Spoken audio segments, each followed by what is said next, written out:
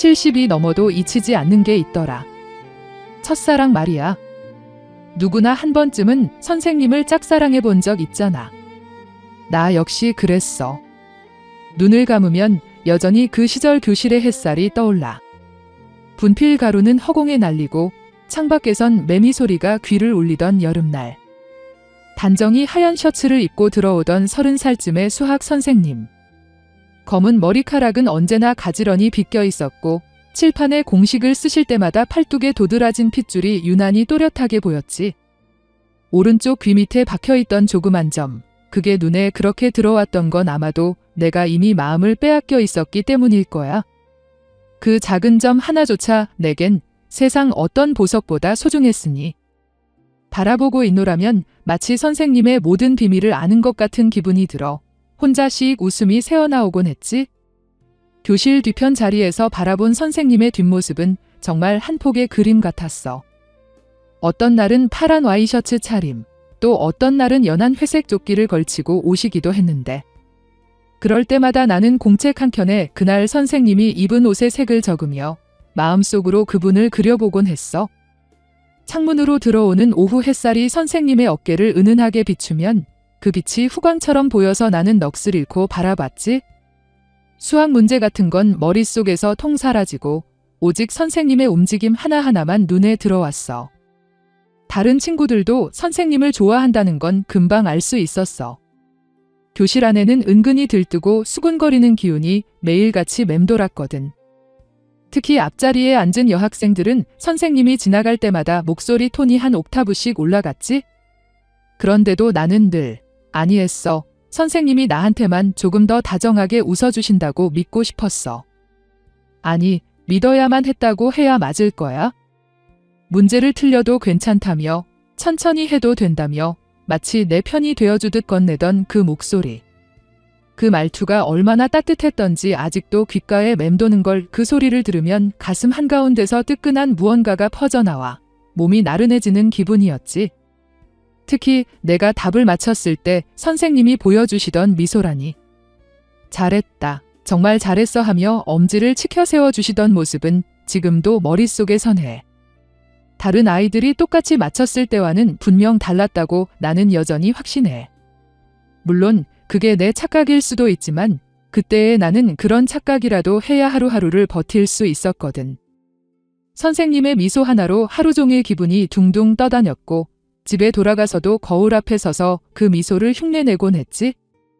그러다 보면 내 얼굴에도 절로 웃음이 번져서 엄마가 오늘 무슨 좋은 일 있었냐 묻기도 했어. 그리고 나는 결국 용기를 내 선생님께 선물을 드리기로 마음먹었지. 다른 여학생들이야 흔해 빠진 빵 쪼가리, 국화빵, 내가 먹지도 않는 붕어빵 따위를 건넸지만 나는 달랐어. 미군 부대 앞에서만 파는 미제 초콜릿을 드리기로 한 거야.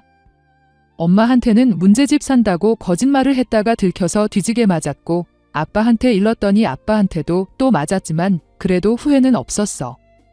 심장이 터질 듯 두근거렸는데 그 두근거림이 무섭기도 하고 달콤하기도 했으니까. 아침 일찍 학교에 가서 아무도 없는 교무실에 들어가 손에 꼭 쥔 미제 초콜릿을 선생님 책상 정중앙에 조심스레 올려놓고는 얼른 내 자리로 도망쳤어. 그러고는 선생님이 교무실에 들어오실 때까지 복도에서 기다렸는데 가슴이 쿵쾅거려 미치는 줄만 알았다니까. 선생님이 그 초콜릿을 발견하시곤 교실을 둘러보다가 내 눈과 마주쳤을 때 나는 얼굴이 벌겋게 달아올라 고개를 푹 숙였어. 그런데 어떻게 아셨는지 다가와 고맙다 하며 내 머리를 살짝 쓰다듬어 주시는 거야. 그 순간 나는 선생님의 손을 확 잡고 결혼해주세요 하고 싶었지만 엄마한테 머리끄댕이 잡힐 게 뻔해서 꾹 참았어. 따뜻한 손길이 머리카락을 타고 내려올 때 소름이 쫙 돋으면서 몸이 얼어붙는 걸 지지배들이 봤어야 했는데 하필 그날따라 복도에 아무도 안 지나가더라니까. 그 손길의 따뜻함이라니 그건 뭐라 표현해야 할지 몰라. 엄마가 열날 때 이마에 손을 올려주는 것과도 달랐고 할머니가 잠자리에서 등을 토닥여 주실 때의 느낌과도 달랐어. 선생님의 손바닥에서 전해지는 온기는 아기 손처럼 부드러우면서 은은하게 또 깊숙이 스며드는 그런 따스함이었지. 그 손길 한 번이면 하루 종일 감촉이 잊히질 않아 집에 가서도 내 머리를 만지작거리며 그 순간을 되새기곤 했어. 심지어 잠들기 전에도 베개에 머리를 묶고 선생님의 손길을 떠올리다 스르르 잠들었는데 꿈속에서도 선생님이 나타나 다시 내 머리를 쓰다듬어 주시곤 했거든. 그렇게 깨어나도 며칠은 더 행복할 수 있었지. 수업이 끝난 뒤 학교 앞 작은 빵집에서 마주 앉았던 날도 잊히질 않아. 그날따라 선생님이 내게 잠깐 따라와 볼래? 하시더라고.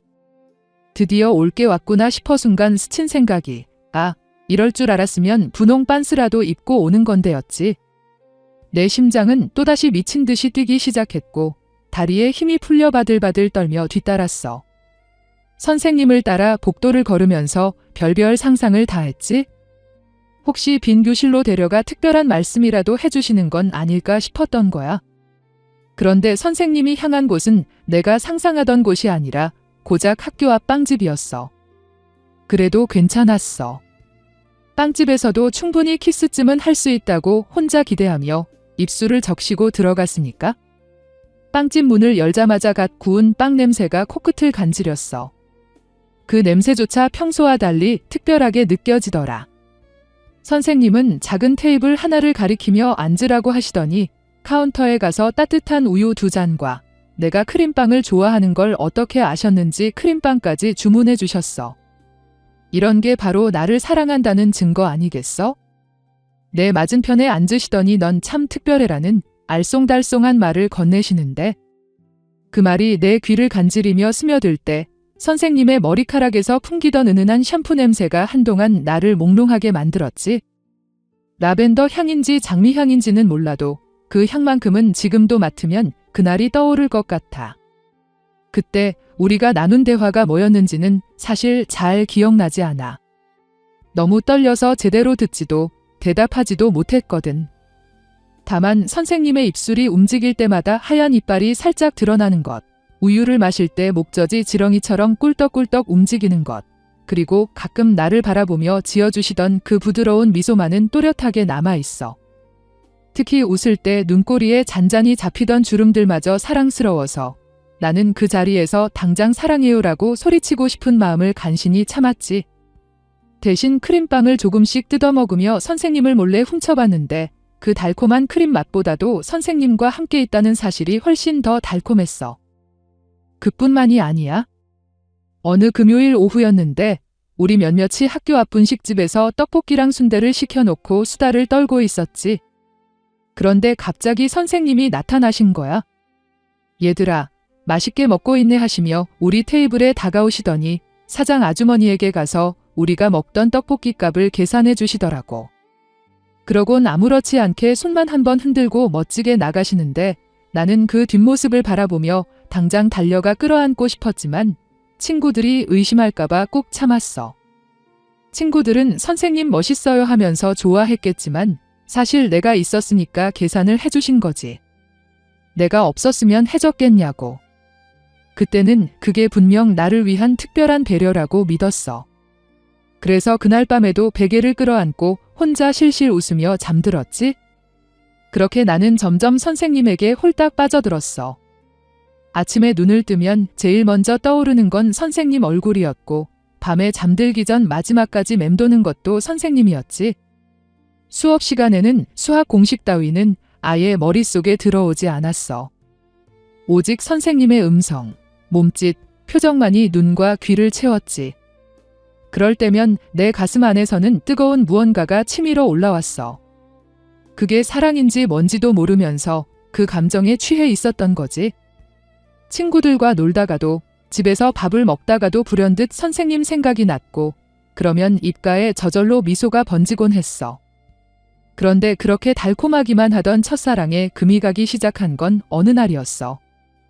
여느 때처럼 수업을 시작하려던 선생님이 갑자기 미소를 지으며 오늘은 여러분이 저를 좀 축하해 주셔야겠어 하고 말한 거야. 순간 교실이 술렁였고 나는 알 수 없는 불안감에 가슴이 조여왔지. 무슨 일로 축하를 받는 걸까? 혹시 승진이라도? 아니면 다른 학교로 발령이라도? 별별 생각이 머릿속을 휘젓고 다니던 찰나 이어진 말은 내 심장을 송두리째 쥐어뜯었어. 나 음악 선생님과 결혼한다. 그 한마디가 귀에 꽂히는 순간 머리가 띵했지. 순간 연필을 쥔 손이 덜덜 떨렸고 내 가슴속에서는 무너져 내리는 소리가 났어. 모두가 박수를 치며 환호했지만 나는 그 속에서 혼자 숨조차 쉴 수 없었어. 박수 소리가 천둥처럼 귀를 때렸고 친구들의 축하 인사는 가슴을 찢어놓았지. 속으로는 쌍놈의 자식, 날 배신했구나, 개자식. 하고 욕을 중얼거리며 울면서 고개를 숙였어. 음악 선생님이라니, 나이만 많지 나보다 못생긴 사람과 결혼한다니. 그 순간 나는 바보 같고 한심한 존재로 전락한 것 같았어. 여자는 얼굴만 예쁘다고 되는 게 아니구나, 나이가 있어야 되는 거구나 하면서 속으로 저주했지. 분신사바로 저주를 내려주마, 오래 못 갈 거다. 결국 이혼할 거고 선생님은 내 앞에 와서 눈물 흘리며 매달리겠지. 그런 망상을 되뇌며 울고 또 울다가 결국 눈알이 퉁퉁 부어버렸어. 교실을 나와 복도를 걸을 때 다리가 후들거려 휘청거렸어. 허탈하고 힘이 쭉 빠진 느낌이었지. 화장실에 들어가 거울을 보니 꼴이 말이 아니었어. 눈은 벌겋게 충혈돼서 금방이라도 눈물이 쏟아질 것 같았어. 찬물로 얼굴을 씻고 또 씻었지만 충격은 가시질 않았고 심장에 멍이 든 건지 시간이 갈수록 더 아팠어. 그날 오후 내내 나는 멍하니 앉아 있었고 선생님이 무슨 말씀을 하는지 한마디도 귀에 들어오지 않았지. 결혼한다는 그 말만 머릿속에서 맴돌며 나를 괴롭혔어. 집으로 돌아가는 길, 발걸음이 그렇게 무거울 수가 없었어. 평소 같으면 신나게 뛰어다녔을 텐데 그날만큼은 한 걸음 한 걸음이 버거웠지. 학교 앞 빵집을 지나치는데 며칠 전 선생님과 함께 앉았던 그 테이블이 눈에 들어와 또 가슴이 답답해졌어. 그때는 그렇게 행복했는데 이제 보니 그 모든 게 내 착각이었구나 싶더라. 선생님이 나를 특별하다고 한 그 말도, 다정히 바라보던 눈길도 결국 선생님으로서의 당연한 친절이었을 뿐이라는 걸 그제야 깨달았어. 대체 빵은 왜 사준 거야? 아무튼 집에 들어가서도 밥맛이 없었고 엄마가 무슨 일 있냐 묻자 그냥 아무것도 아니야 라고 대답할 수밖에 없었지. 뭐라고 말하겠어? 수학 선생님한테 첫눈에 반해 혼자 난리치다가 그 선생님이 음악 선생님이랑 결혼한다고 한다는 걸 어떻게 털어놓겠냐고. 방으로 들어가 침대에 누워 천장만 바라봐도 머릿속은 복잡했어. 가슴 한가운데가 뻥 뚫린 것 같기도 하고 억울하기도 하고 화도 치밀고 그랬지. 결국 밤새 베개를 적시며 울다 지쳐 잠들었어. 그날 밤 꿈에서는 선생님이 나타나서 미안해. 사실 너를 제일 좋아했는데 음악 선생이 꼬리치는 바람에 어쩔 수 없었어 하고 말하는 거야. 꿈에서나마 그런 말을 들으니까 기분이 좀 나아지는 것 같았는데 아침에 일어나니까 현실은 여전하더라고. 선생님은 여전히 음악 선생님과 결혼할 거고 나는 여전히 그냥 학생 중 한 명일 뿐이었으니까. 세수를 하면서 거울을 봤는데 눈이 퉁퉁 부어 있어서 엄마한테 들킬까봐 찬물로 계속 눈을 씻었어. 그래도 붓기가 안 빠져서 학교 가기 전까지 수건으로 눈을 찜질했던 기억이 나. 학교에 가서 선생님을 마주치는 게 그렇게 어색할 수가 없었어. 평소 같으면 안녕하세요 하고 인사도 크게 했을 텐데 그날은 고개만 살짝 숙이고 지나갔지. 선생님도 뭔가 어색했는지 안녕하고만 말하고 지나가시더라고. 수업 시간에는 아예 선생님 쪽을 쳐다보지도 않았어. 대신 창밖만 멍하니 바라보고 있었는데 매미 소리가 유난히 시끄럽게 들렸던 게 지금도 기억나. 그때는 그 매미들마저 나를 놀리는 것 같았거든. 점심시간에 친구들이 야, 너 얼굴이 왜 그래? 하고 물어봤는데 그냥 배 아프다고 둘러댔어. 어린 학생 나부랭이들에게 말해봐야 무슨 소용이 있겠어? 성숙한 내 마음이 아프다고 할 수도 없고 그냥 몸 어딘가가 아프긴 한 것 같았으니까. 눈치 없는 것들이 떡볶이는 먹고 싶은지 계속 데리고 가려 하는데 내가 거절했어. 평소 같으면 떡볶이만 나와도 침 흘렸을 텐데 그날은 정말 아무것도 먹고 싶지 않았어. 그러다가 며칠 뒤 또 충격적인 소식을 들었어. 친구 하나가 와서 야, 선생님 결혼식이 다음 달이래 하는 거야. 다음 달이라니 생각보다 훨씬 빨랐어. 그때 또 가슴이 내려앉았는데 이번엔 눈물도 안 나더라고. 그냥 허탈했어. 아, 정말로 끝났구나 싶었지. 그 친구가 선생님이 우리 반 애들도 결혼식에 와도 된다고 하시던데 라고 하는데 나는 갈 수가 없잖아. 사실 내가 선생님이랑 결혼만 안 한 사이지 할 건 다 했잖아. 빵도 먹고 눈빛도 교환하고 초콜릿도 주고. 아무튼 시간이 지나면서 점점 화가 나기 시작하는 거야. 처음엔 그냥 슬펐는데 나중엔 배신당한 기분이 들었어. 물론 선생님이 나한테 뭘 약속한 것도 아니고 내가 혼자 착각한 건 맞지만 그래도 뭔가 억울했던 거지. 왜 하필 음악 선생님이야? 왜 하필 지금이야? 이런 생각들이 머릿속을 맴돌았어. 심지어 길에서 커플들만 봐도 짜증이 났지? 뭐가 그렇게 좋다고 팔짱 끼고 다니냐? 이런 생각까지 들었으니까. 결국 결혼식 날이 왔어. 토요일 오후였는데 나는 집에서 만화책이나 보고 있었지. 그런데 자꾸 시계를 쳐다보게 되더라고.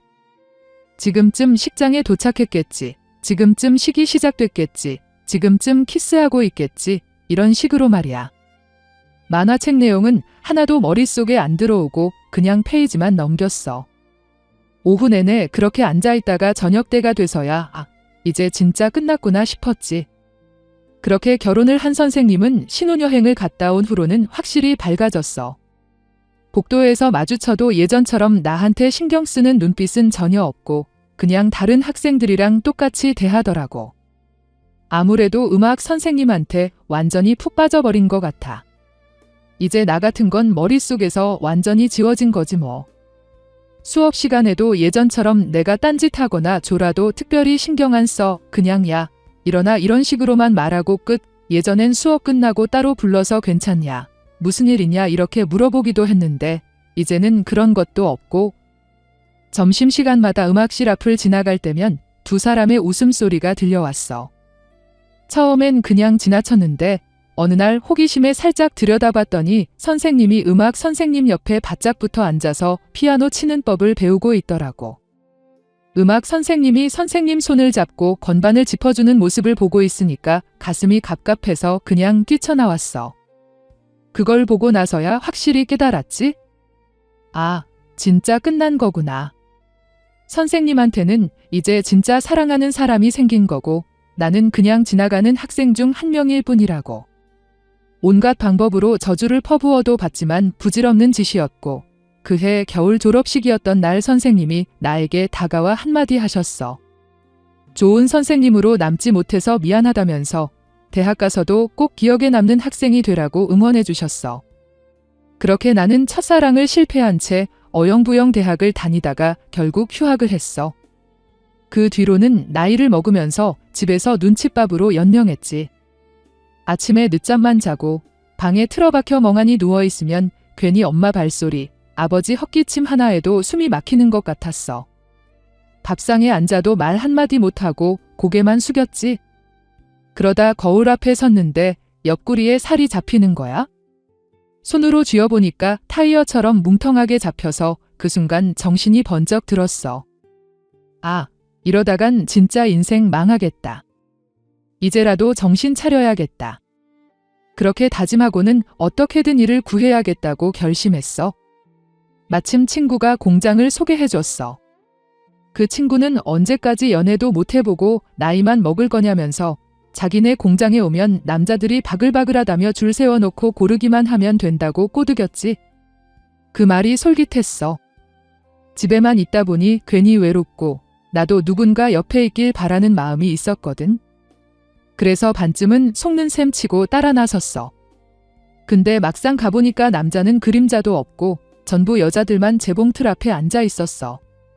사방에서 기계 소리가 쏟아져 나와 귀가 멍멍해질 지경이었고 천장에는 언제 떨어져도 이상하지 않을 낡은 선풍기가 삐걱대며 위태롭게 돌아갔지. 바닥에는 기름때가 덕지덕지 눌어붙어 있어 한눈 팔면 그대로 미끄러져 뼈라도 부러질 것 같았어. 일하는 여자들은 다들 고개를 숙인 채 무표정으로 바늘질만 하고 있었고 그 광경을 보니 친구 말만 믿고 따라온 내가 한심하더라. 애초에 미신공장에 남자가 있을 리 없다는 걸 생각 못한 내가 바보였지. 화를 참지 못하고 친구에게 소리치고는 공장 밖으로 뛰쳐나왔어. 그런데 하늘에 구멍이라도 난 듯 비가 억수같이 쏟아지더라. 우산도 없으니 금세 머리부터 발끝까지 젖어버렸지. 황급히 천막 밑으로 파고들어 비를 피하는데 화장실에 가던 아주머니가 내 쪽을 흘깃 보며 공장이 생각보다 봉급은 괜찮다고 말해주면서 미소를 짓는 거야. 그 말을 듣자 내가 찬물 더운 물 가릴 때가 아니구나 하는 생각이 스치더라. 집에서 눈치 보며 뱃살만 부여잡고 한탄하는 것보다야 힘들어도 내 손으로 벌어 주머니 채우는 게 낫겠다 싶었어. 그렇게 마음을 바꾸고는 결국 그 공장에서 일을 시작했지. 30이 되던 해 나는 공장의 반복된 나날 속에서 조금씩 지쳐가고 있었어. 하루 종일 재봉틀 앞에 앉아 페달을 밟으면 허벅지는 뻣뻣하게 굳고 손가락은 바늘에 찔려 굳은 살과 상처가 번갈아 자리 잡았어. 퇴근해 방에 돌아오면 엄마가 준 김치 몇 조각에 밥을 비벼 허겁지겁 삼키고는 그대로 이불에 쓰러져 잠드는 게 전부였지. 방 안은 늘 기름 냄새로 눅눅했고 벽에는 덜 마른 작업복이 축축하게 걸려 있어서 여기가 집인지 공장인지 헷갈릴 정도였어. 그런 내 앞에 그가 나타났어. 공장 근처 김밥집에서 우연히 마주친 사람인데 나보다 4-5살 많아 보이는 동네 오빠였지.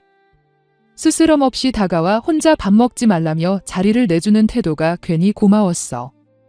뻔한 작업 멘트였는데도 나는 그 함정에 걸려들고 말았어. 그렇게 인연이 시작된 거야? 처음엔 김밥 한 줄 나눠 먹고 뜨끈한 어묵 국물을 같이 떠먹는 게 다였어. 그런데도 어느새 내 마음은 그에게 기울어 있었지. 식당 안은 늘 후끈거렸고 국물 김 너머로 보이는 그의 얼굴을 바라보면 하루의 피곤이 풀리는 것 같았어. 퇴근길에 그가 기다리고 있는 날이면 하루 종일 눌려있던 세상이 잠깐은 살만해 보였어. 그는 참 다정했어. 내 손에 굳은 살이 베었다고 하면 주머니에서 손톱깎이를 꺼내 다듬어줬고 겨울철에 손이 갈라지면 마치 자기 손인 것처럼 내 손등을 감싸주곤 했지. 늦게까지 야근하다 나오는 날이면 추운 골목에서 기다리다가 어디서 샀는지 김이 모락모락 나는 찐빵을 갈라 내 입에 넣어주곤 했어. 그런 다정한 남자한테 안 넘어갈 여자가 어디 있겠냐고. 몇 달쯤 지나자 그는 당연한 듯 결혼 얘기를 꺼내더라. 조금 모으면 바로 신혼살림을 차리고 내가 그동안 고생한 걸 다 보상해주겠다던 말로 그게 얼마나 달콤했는지 몰라. 학생 시절 선생님을 보며 꿈꿨던 설렘은 허상에 불과했지만 이 사람은 현실이었으니까. 그래서 나는 그 말만 믿고 앞만 보고 달려가도 될 줄 알았어. 하지만 행복은 오래가지 않았어. 어느 순간부터 그는 자꾸 돈 얘기를 꺼냈거든. 가게 보증금이 필요하다. 엄마가 아프셔서 병원비가 모자란다. 친구가 급히 돈이 필요하다. 이유는 끝이 없었어.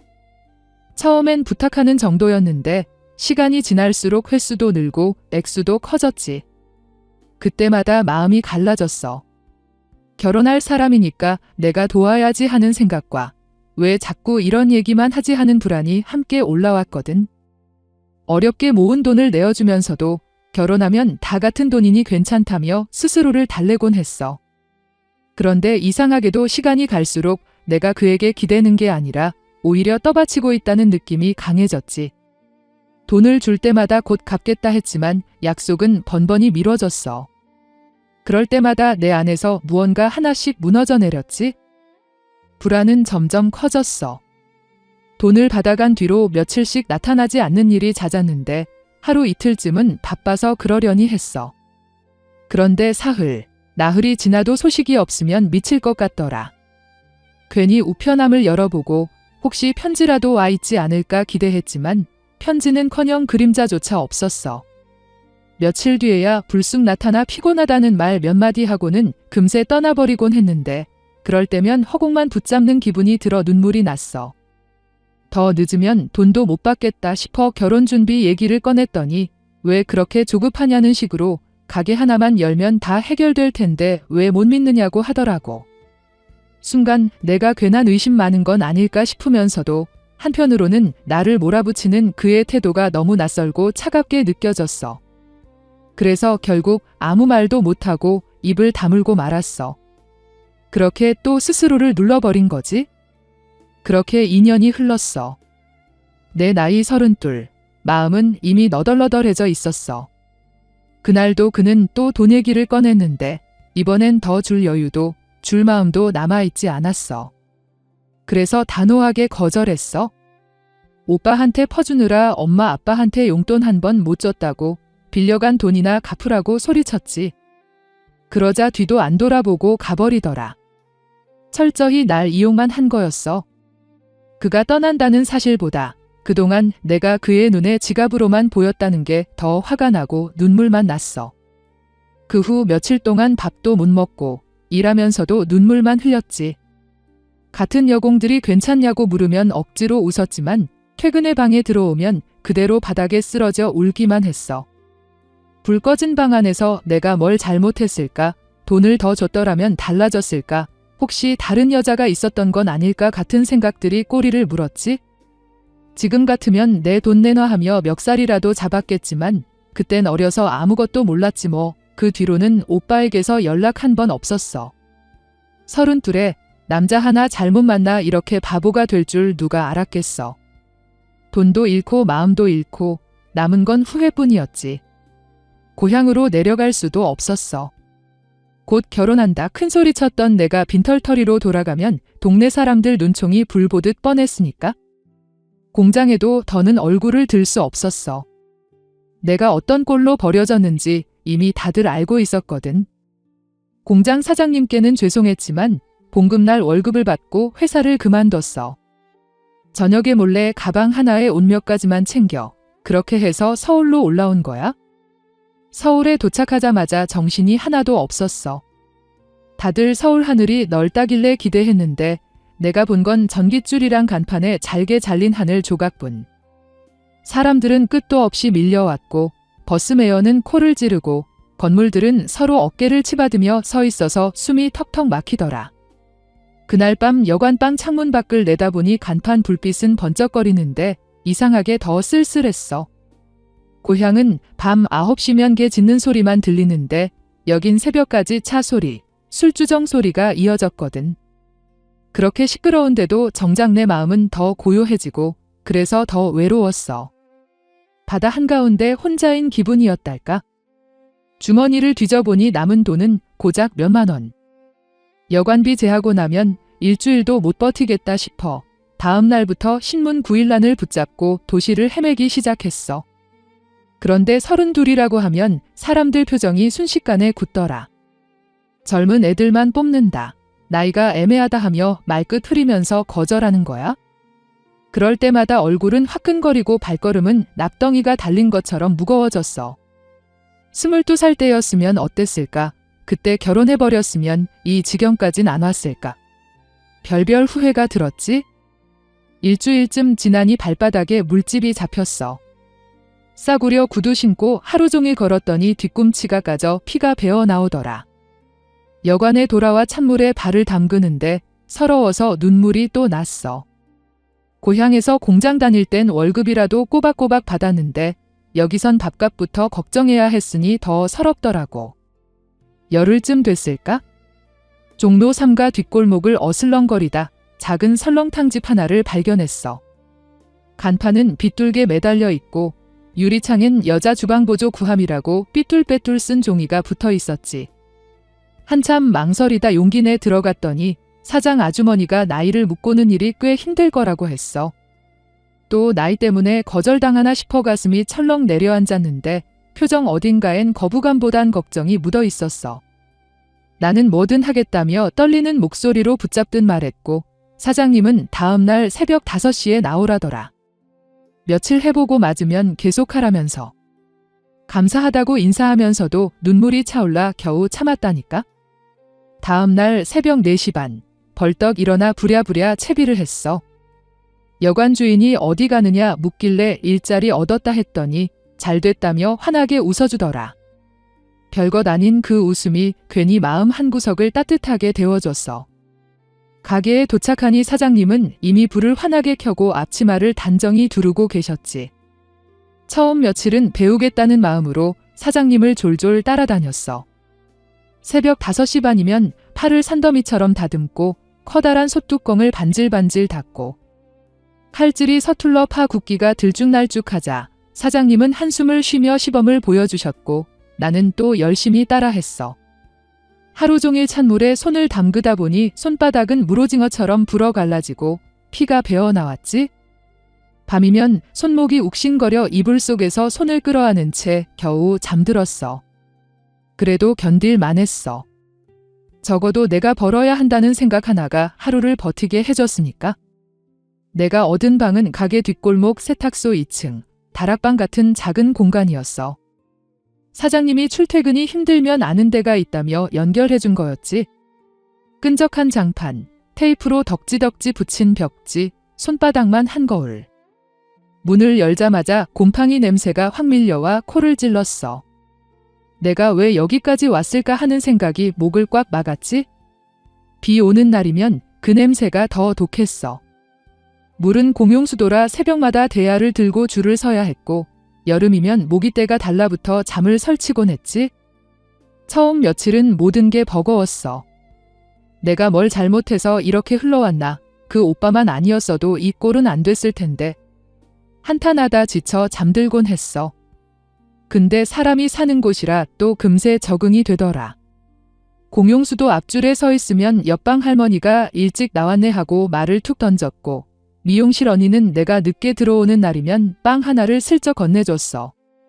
세탁소 아저씨 손끝엔 늘 분가루가 묻어 있었는데 그게 세제 냄새였지.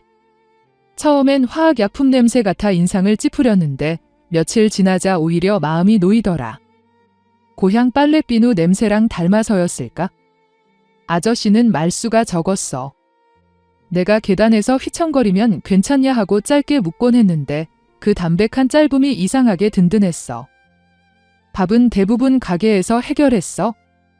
손님 그릇에 먼저 정성껏 담고 남은 자투리에 국물 한 사발.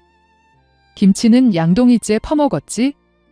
그래도 뜨끈한 국물 한 숟가락이 속을 꽉 채워주더라.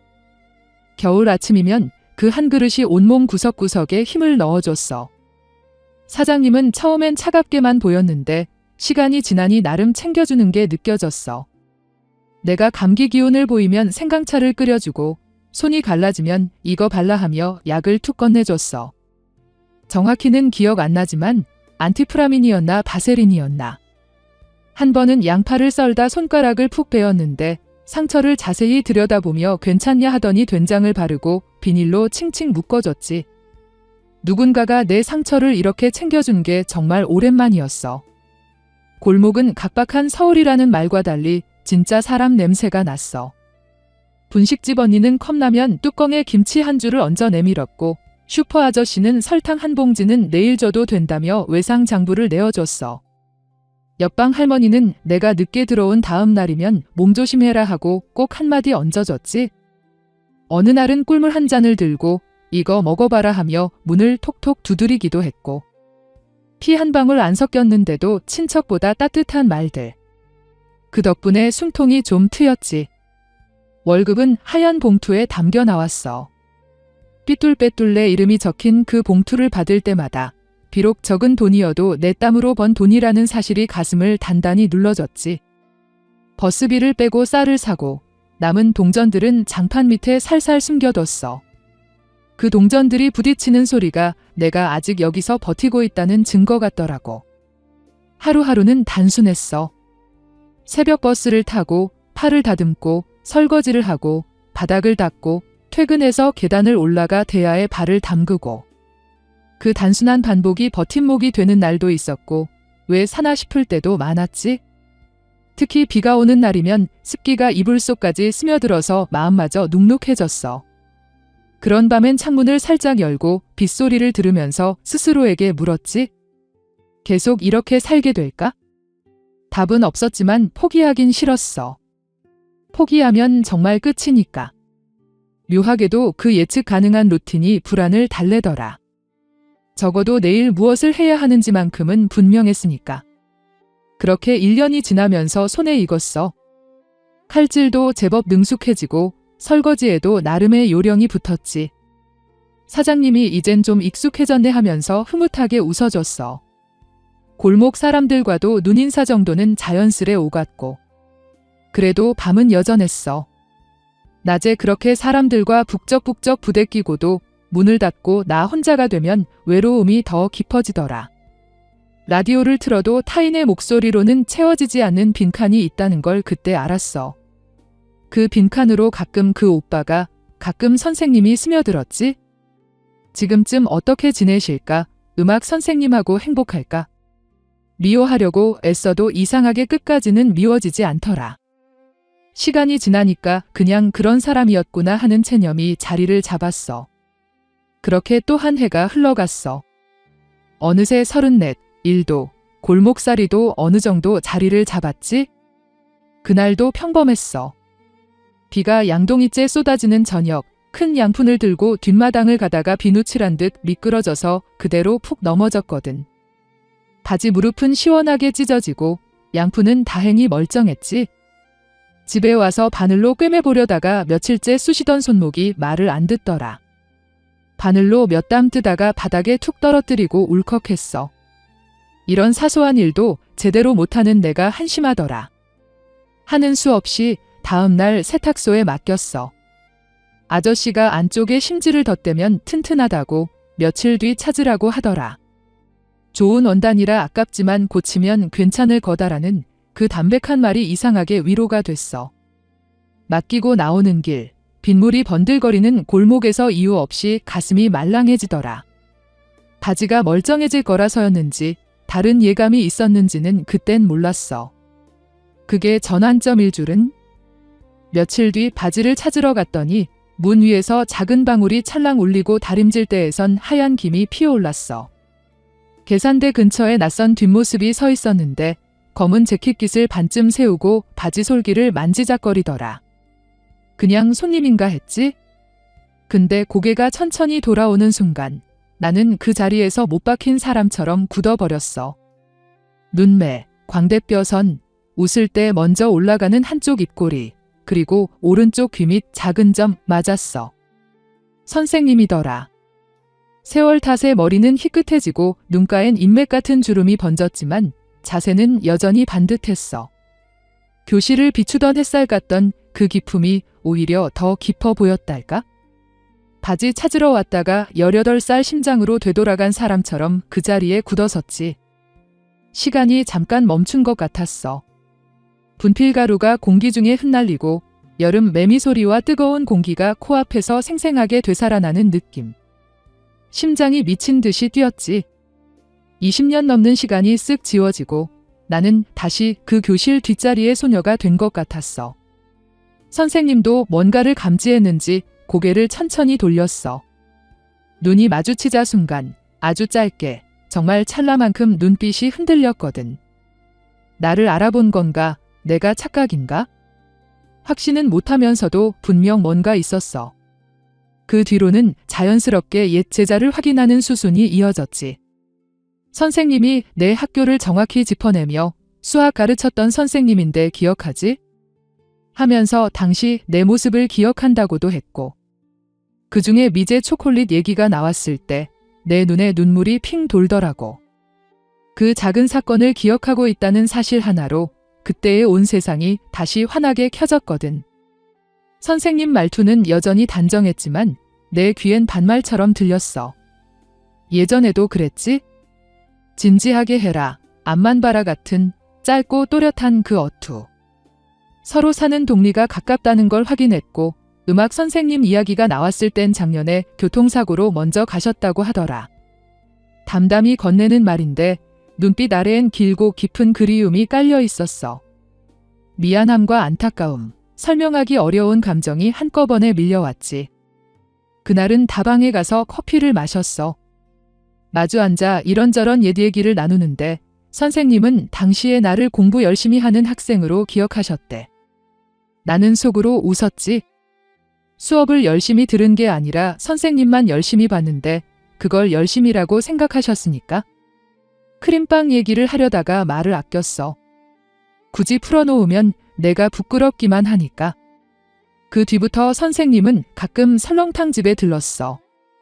혼자 밥 먹기 싫은 날이면 와서 국 한 그릇을 깨끗이 비우고 가셨지. 바쁘지 않을 때면 나는 잠깐씩 말을 섞었어. 날씨 얘기, 골목 얘기, 건강 얘기. 별것 아닌 대화였는데 그 시간이 하루 중 제일 소중했어. 비 오는 날 젖은 어깨로 들어와 기침을 꾹꾹 참는 모습을 보면 나는 생강차를 더 끓여서 내갔지. 선생님은 정성이네 하면서 따뜻하게 웃었고 그런 사소한 싸임이 우리 사이에 이상한 정을 만들었어. 연인이라고 말하긴 어렵고 그냥 제자와 선생님이라 하기엔 조금 더 가까운 그 애매하고 편안한 거리랄까?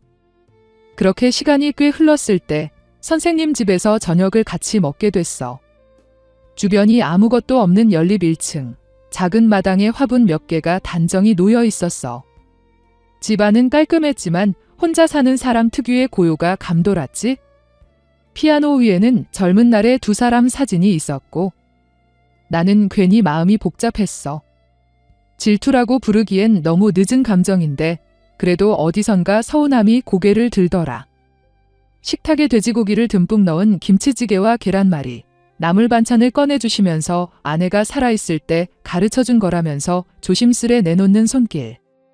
수년을 함께한 사람을 잃은 빈자리, 그 그늘이 말끝마다 배어 있었어. 나는 위로라는 말을 입 밖으로 못 꺼내고 대신 꾸준히 젓가락만 움직였지. 같이 먹는 밥이 그날의 위로였어. 이렇게 시간이 차곡차곡 쌓여갔어. 어느새 나는 37, 여전히 설렁탕집, 여전히 골목방 한 칸의 예전보단 덜 외롭더라. 선생님이라는 존재가 내 삶 어딘가를 은근히 받쳐주고 있었거든. 그러다 내 마음은 결국 한 칸 더 나아가고 말았어. 어릴 때 충동적으로 혼자만의 상상으로 느꼈던 애틋하고 야릇한 마음을 선생님께 전했고 우리가 현재 문제가 되는 나이 차이와 사람들의 시선을 조목조목 선생님께 그 시절 학생처럼 설명했어. 무엇보다 서로 같이 있으면 덜 외롭다는 사실을 조심조심 말씀드렸지. 선생님은 한참을 가만히 있다가 시간을 달라 했어. 그 말투는 늘 그렇듯 간결했지. 생각해 보겠다는 뜻이었어. 기뻤지만 불안했어. 그때도 이런 감정이었을까? 며칠 동안 선생님은 가게에 나타나지 않았어.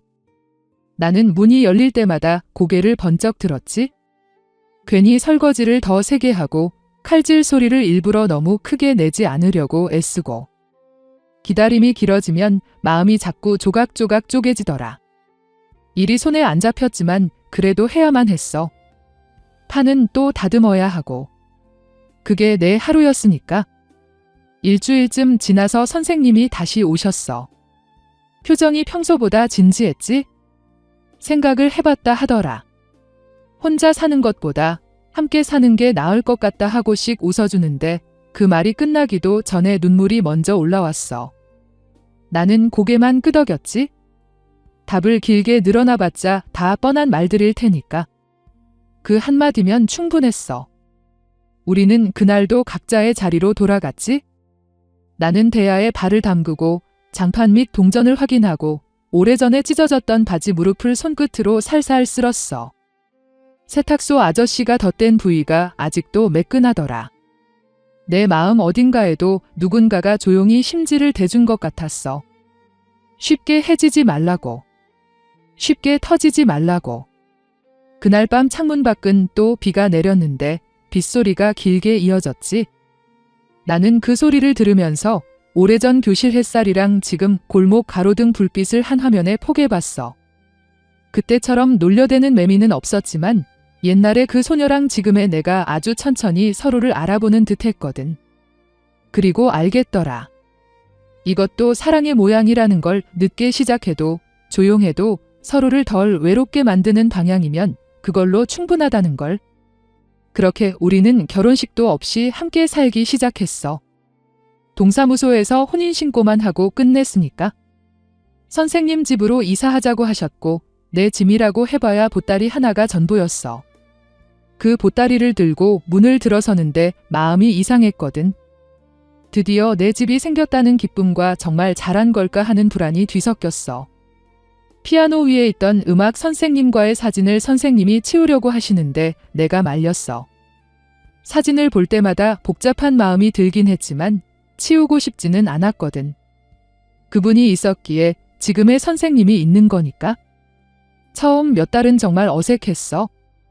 같은 지붕 아래 살면서도 서로 눈치만 보고 밤이면 각자 방에서 잠들고 나는 여전히 선생님이라고 부르고 선생님도 내 이름을 부를 때마다 어색해하셔서 말끝을 흐리곤 했어. 아침에 화장실에서 마주치면 서로 안녕하세요 하고 어색하게 인사하니까 정말 어색한 동거인 같아서 우리가 진짜 부부가 맞나 싶으면서도 헛웃음이 나곤 했지 뭐야. 그런데 조금씩 변하기 시작했어. 선생님이 아침 일찍 일어나 커피를 끓여 놓으시면 나는 자연스레 계란말이를 부쳐드리고 처음엔 서로 고맙습니다 하고 정중하게 인사했는데 한 달쯤 지나니까 그런 말도 생략되면서 눈짓만으로 통하게 됐어. 저녁엔 함께 뉴스를 보면서 밥을 먹었지만 처음엔 TV만 보고 아무 말도 안 하고 있다가 뉴스에서 교육 문제가 나오니까 선생님이 한마디 하시더라고. 요즘 아이들은 참 안쓰럽다 하면서. 그때부터 조금씩 대화가 늘었어. 학교 이야기, 동네 이야기, 날씨 이야기 같은 별것 아닌 얘기들이었지만 그런 것들이 쌓이면서 어느새 진짜 부부 같아진 거야. 몇 달 지나자 선생님이 밤에 기침을 하시면 내가 자연스럽게 물을 떠다 드리고 내가 설거지하다 그릇을 깨뜨리면 선생님이 빗자루를 가져와서 치워주시면서 말하지 않아도 서로를 챙기게 됐어. 그런데도 이상하게 여보나 당신 같은 말은 끝까지 안 나오더라고. 나도 계속 선생님이라고만 불렀고. 그렇게 몇 년이 흘러서 결혼한 지 2년 차쯤 되니까 이제 정말 부부 같아졌거든. 주말이면 함께 시장도 보러 가고 동네 산책도 하면서. 선생님이 가끔 내 손을 잡아주실 때면 아직도 조금 어색했지만 나쁘지 않았어. 이렇게 평범하게 살면 되는구나 싶었어. 39살 되던 해 봄에 몸이 이상하다는 걸 느꼈어. 생리가 늦어지고 냄새에 민감해지고 아침마다 속이 메스꺼려서 혹시나 해서 병원에 갔더니 정말 임신이더라고. 의사 선생님이 축하드린다고 하는데 머리가 하얘졌어. 39의 첫 임신이라니. 집으로 돌아가는 길에 다리가 후들거렸어. 선생님께 어떻게 말씀드려야 할지 모르겠더라고. 환갑이 넘으신 분이 갑자기 아빠가 된다고 하면 어떻게 받아들이실까? 밤새 고민하다가 다음날 저녁 먹다가 그냥 툭 던져버렸어. 선생님, 아이가 생겼어요. 선생님은 숟가락을 든 채로 완전히 멈춰버리시더라고. 한참을 그렇게 계시다가 정말이냐고 물으셨어. 목소리가 약간 떨리는 것 같았어. 네, 정말이에요 하고 답했더니 선생님이 천천히 숟가락을 내려놓으시면서 그래 하고 짧게 대답하셨지만 입꼬리가 살짝 올라가는 게 보였거든. 기뻐하고 계시는 거였어? 임신 기간 내내 선생님이 정말 극진하게 돌봐주셨어. 입덧이 심할 때는 매실차를 끓여서 보온병에 담아주시고 속이 안 좋을 때는 미음을 쏘어주시고 임신 5개월쯤 되니까 배가 불러오는데 계단 오를 때마다 선생님이 팔을 내밀어 부축해 주셨어. 천천히 해라 하면서 병원 검진 갈 때마다 꼭 따라와서 기다려 주셨어. 초음파 볼 때는 화면을 뚫어지게 쳐다보시면서 저게 우리 아이냐 하고 신기해 하시고 의사가 성별을 알려줬을 때는 딸이래요 하고 말씀드렸더니 딸이면 좋지 하면서 환하게 웃으시더라고. 그때 선생님 얼굴이 정말 행복해 보였어. 출산 예정일이 다가올수록 선생님이 더 조심조심하셨어. 내가 조금이라도 배를 만지면서 아야 하면 벌떡 일어나서 어디 아프냐고 물으시고 밤중에 화장실 가려고 하면 따라와서 문 앞에서 기다리시고 과보호라 싶을 정도였지만 그 마음이 고마웠지. 진통이 시작됐을 때 선생님이 얼마나 당황하셨는지 모르겠더라. 병원 가방을 챙기시는데 손이 덜덜 떨리고 택시를 잡으려고 길에 나가서 손을 흔드는데 목소리가 갈라져서 택시 하고 외치시더라고. 나보다 선생님이 더 긴장한 것 같았어. 분만실 앞에서 밤새 기다리시는 선생님을 보며 이분이 정말 내 남편이구나 싶었어. 진통이 너무 아파 죽을 것 같았지만 선생님이 복도에서 기다리고 계신다는 생각만으로도 힘이 났지. 새벽 5시 우리 딸이 태어났어. 간호사가 아이를 안고 나왔을 때 선생님 얼굴을 평생 잊을 수 없을 거야. 주름진 얼굴에 눈물이 주르륵 흘러내리면서 고생했다 하며 내 손을 꼭 잡아주셨거든. 그 순간 진짜 가족이 됐다는 걸 느꼈어. 선생님이 아이 이름을 지어주셨어. 은별이라고 작은 별 하나가 우리에게 와줬다는 뜻이라더라. 정말 예쁜 이름이었어. 신생아실에서 은별이를 처음 안아보시는 선생님 모습을 보니 이분이 얼마나 아빠가 되고 싶어 하셨는지 알 수 있었어. 집으로 돌아와서는 진짜 새내기 부모가 됐지? 밤마다 울어대는 은별이 때문에 둘 다 잠을 못 자고 기저귀 갈고 분유 타느라 정신이 없었어. 선생님은 내가 할게 하면서 밤중에도 벌떡 일어나 은별이를 달래주셨지. 환갑 넘은 분이 신생아를 돌보느라 고생하시는 걸 보니 고맙기도 하고 미안하기도 했어. 하지만 현실은 만만치 않았어. 선생님 교직원 연금만으론 세 식구가 살기에 빠듯했거든. 분유값, 기저귀값, 병원비까지 하나하나 다 돈이 들어가는데 나는 애 보느라 일도 못했고. 선생님은 걱정하지 마라. 내가 어떻게든 한다 하셨지만 얼굴에는 걱정이 가득했어. 은별이가 돌 지나고부터는 내가 집에서 할 수 있는 일을 찾아야만 했어. 동네 아이들 숙제 봐주고 김치나 밑반찬을 만들어 팔면서 한 달에 몇십만 원이라도 보탬이 되려 했지. 선생님은 몸 상한다며 말리셨지만 나도 뭔가 해야 마음이 놓였거든. 은별이가 3살 되던 해 선생님이 정년퇴직하셨어. 마지막 수업을 마치고 오시는데 표정이 묘했어. 후련하면서도 서운한 그런 복잡한 감정이 얼굴에 다 드러나 있더라고. 이제 진짜 할아버지가 됐다며 중얼거리셨지. 퇴직금을 받아 당분간은 괜찮을 줄 알았는데 은별이 어린이집 보내고 생활비 쓰고 나니 금세 바닥이 보였어. 선생님은 뭔가 일을 해야겠다고 하셨지. 환갑이 넘은 분이 무슨 일을 하시겠다고. 그래서 선택한 게 치킨집이었어. 동네 상가 구석에 작은 가게를 얻어 후라이드 치킨을 팔기 시작하신 거야? 처음에 나는 정말 반대했어. 선생님이 무슨 치킨을 튀기세요? 기름 냄새 맡으면서 그런 일을 왜 하세요 했지만 선생님은 고집이 세셨어. 가족을 먹여 살려야 한다는 책임감 때문이었지. 가게 준비하시는 걸 보니 눈물이 나더라. 환갑 넘은 분이 치킨 튀기는 법 배우려고 다른 가게에 가서 아르바이트도 하고 집에 와서는 연습한다고 감자 튀기고 고구마 튀기고 손에 물집이 잡혀도 괜찮다며 웃으시더라고. 가게 문을 연 첫날 치킨 한 마리도 안 팔렸어. 저녁에 풀이 죽어 들어오시는 선생님께 아직 사람들이 몰라서 그래요 하고 위로했지만 속으론 걱정이 태산이었지. 과연 잘 될까 싶어서. 몇 달이 지나자 동네 사람들이 하나둘씩 찾기 시작했어. 선생님이 치킨을 정말 정성껏 튀기셨거든. 기름도 자주 갈고 닭도 신선한 걸로만 쓰고 맛이 좋다고 소문이 나면서 손님들이 늘었어. 그런데 문제는 배달이었어. 선생님이 직접 오토바이를 타고 배달을 나가신 거야?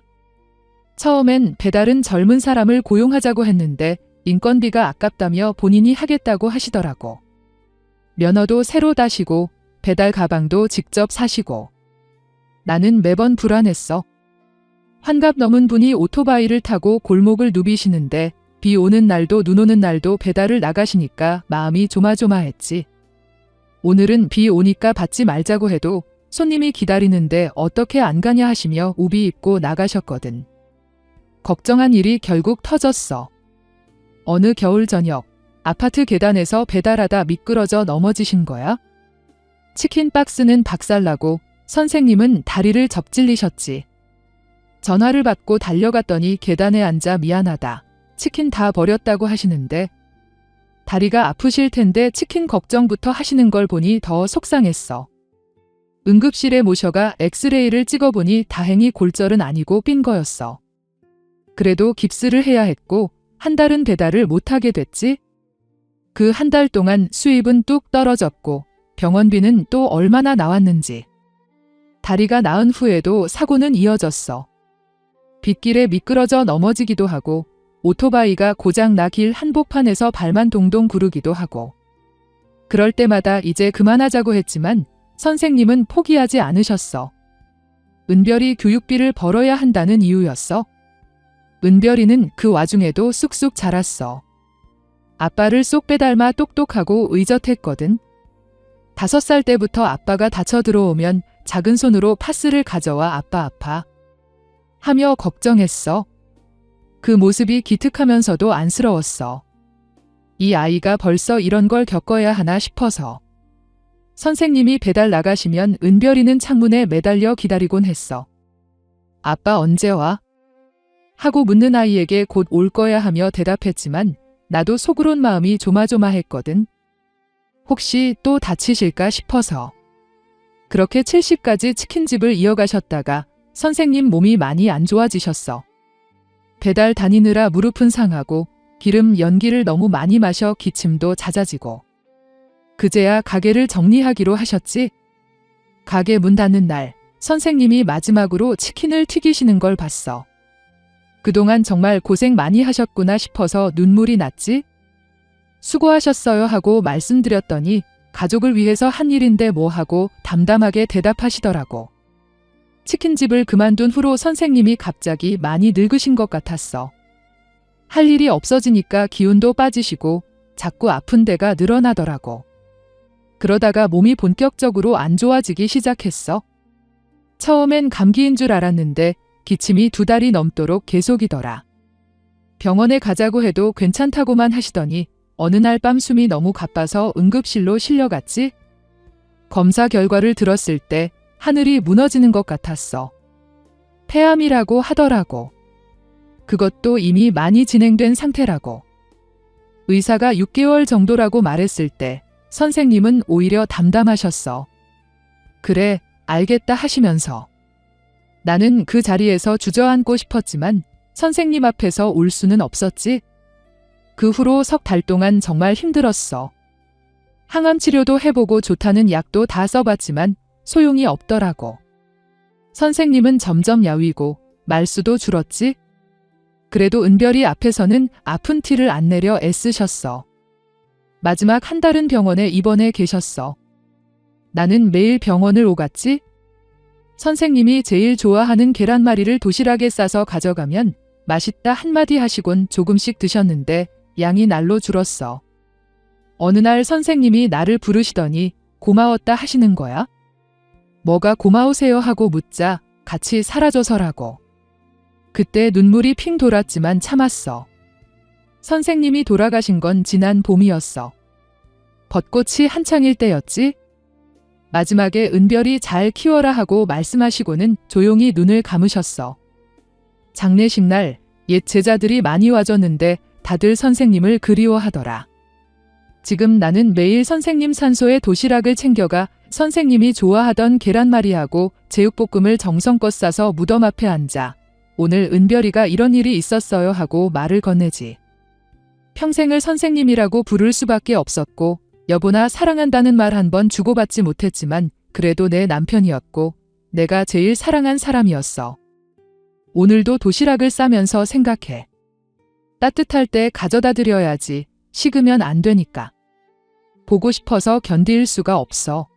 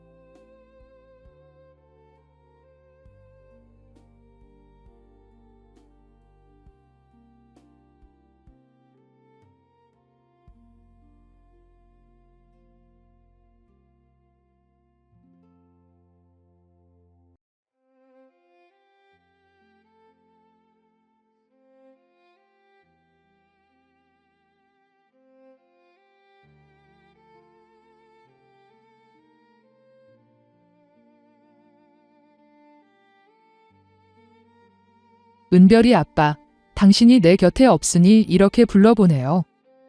평생을 선생님이라고만 불러왔는데 이제 와서야 이렇게 다정하게 부를 용기가 생겼어요. 은별이가 어제 또 물어보더라고요. 엄마, 아빠는 천국에서 뭐 하고 계실까? 하면서 나는 그때마다 아빠는 우리를 지켜보고 계셔 하고 대답하지만 정작 나도 궁금해요. 거기서는 아프지 않으시죠? 숨가쁘지 않으시죠? 젊은 모습으로 돌아가셔서 편안하게 계시는 건가요? 당신 없는 이 집은 너무 조용해요. 아침에 일어나면 습관적으로 당신 목 커피까지 끓여놓고 그제야 당신이 안 계시다는 걸 깨달아요. 저녁에 뉴스 볼 때도 혼자 앉아 있으니까 왠지 스산해서 채널을 자꾸 돌리게 되더라고요. 은별이는 정말 당신을 많이 닮았어요. 똑똑하고 의젓한 것도 그렇고 다른 사람 먼저 생각하는 마음씨도 그래요. 어제는 엄마 혼자 있기 외로우면 내가 더 자주 올게 하더라고요. 고마우면서도 안쓰러웠어요. 자기 일에 바쁠 나이인데 엄마 걱정까지 해야 하나 싶어서요. 당신이 치킨집 하면서 그렇게 고생했던 이유를 이제야 알겠어요. 가족을 위해서라면 뭐든 할 수 있다는 그 마음 말이에요. 환갑이 넘어서도 오토바이 타고 배달 다니시면서 은별이 교육비 벌어야 한다고 하시던 그 말씀. 지금 생각해도 가슴이 아려요. 마지막에 병원에서 고마웠다. 같이 사라져서 하시던 말씀 기억해요? 그때 나도 말하고 싶었는데 목이 메어서 못했던 말이 있어요. 나야말로 고마웠다고, 당신을 다시 만나서 진짜 행복했다고 말하고 싶었어요. 18살에 처음 당신을 좋아했을 때는 그저 꿈 같은 일이었는데 37에 다시 만나서 함께 살게 될 줄 누가 알았겠어요. 그것도 20여 년이나 함께 말이에요. 우리한테는 기적 같은 일이었지요. 당신과의 시간들이 전부 소중해요. 어색해하면서 같이 밥 먹던 신혼 때도, 은별이 나와서 밤새 기저귀 갈던 때도, 치킨집에서 기름 냄새 풍기며 돌아오시던 때도. 평범한 일상들이었지만 지금 와서 생각해보면 모든 게 다 선물 같았어요. 이제 나도 많이 늙었어요. 거울을 보면 주름살이 깊어지고 허리도 굽어가네요. 당신이 계셨다면 그래도 예쁘다 하고 웃어주셨을 텐데. 혼자서는 자꾸 초라해지는 것 같아요. 하지만 포기하지 않을게요. 은별이가 결혼해서 손자, 손녀 낳으면 당신 자랑 많이 해줄 거예요. 할아버지는 이런 분이셨단다 하면서 당신 얘기를 들려줄게요. 그래야 당신이 완전히 사라지는 게 아니니까요. 가끔 꿈에서 만날 때면 젊은 모습으로 나타나시는데 나도 그때처럼 18살이 되어서 다시 교실 뒷자리에 앉아 있어요. 당신이 칠판에 수학 공식 쓰시는 걸 바라보면서 또 설레곤 해요. 꿈에서라도 다시 그 시절로 돌아갈 수 있다는 게 얼마나 고마운지 몰라요. 내가 줬던 미제 초콜릿 맛 기억나요? 그때는 엄마한테 거짓말까지 해가며 용돈을 모아서 산 거였어요. 미군 부대 앞까지 가서 떨리는 마음으로 샀던 그 초콜릿을 당신이 발견했을 때 얼마나 부끄러워했는지 몰라요. 그런데 당신이 고맙다 하고 내 머리를 쓰다듬어 주셨을 때 그 따뜻한 손길을 평생 잊을 수 없었어요. 당신이 크림빵을 입에 넣어준 게 어제 같은데 그 작은 빵집에서 마주 앉아서 우유를 마시던 그 오후 넌 참 특별해라고 하시던 그 목소리가 아직도 귓가에 맴돌아요. 그때 내 가슴이 얼마나 두근거렸는지 당신 앞에서는 크림빵보다 달콤한 게 없다고 생각했어요. 지금도 크림빵을 보면 그날이 떠올라서 혼자 웃곤 해요. 은별이 아빠, 저 정말 많이 보고 싶어요. 당신과 함께 했던 모든 시간이 그리워요. 우리 다시 만날 수 있겠죠? 그때까지 잘 기다리고 있을게요. 사랑했어요. 정말 많이 사랑했어요.